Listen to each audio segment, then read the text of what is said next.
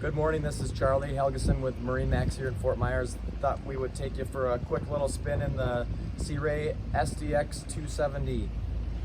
You can see it has opposing seating here in the cockpit. This is the new stone interior, which is beautiful, and we'll show you a few more features of the boat.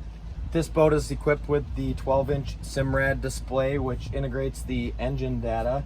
You can see all your engine data is shown here. It's nice and big so you can see the chart clearly. It's a nice upgrade on the 270. The back of the boat offers expansive seating and lots of storage. So underneath both of these sun pad areas, there's a large storage area for all your water toys. This 270 has the new V8 300 horsepower Mercury Verado outboard. Another nice upgrade in this 270 Sea Ray is the vacuum flush head. There's ample storage under the starboard and port side seating here in the cockpit, and you'll notice the upgraded SeaDeck flooring here as well.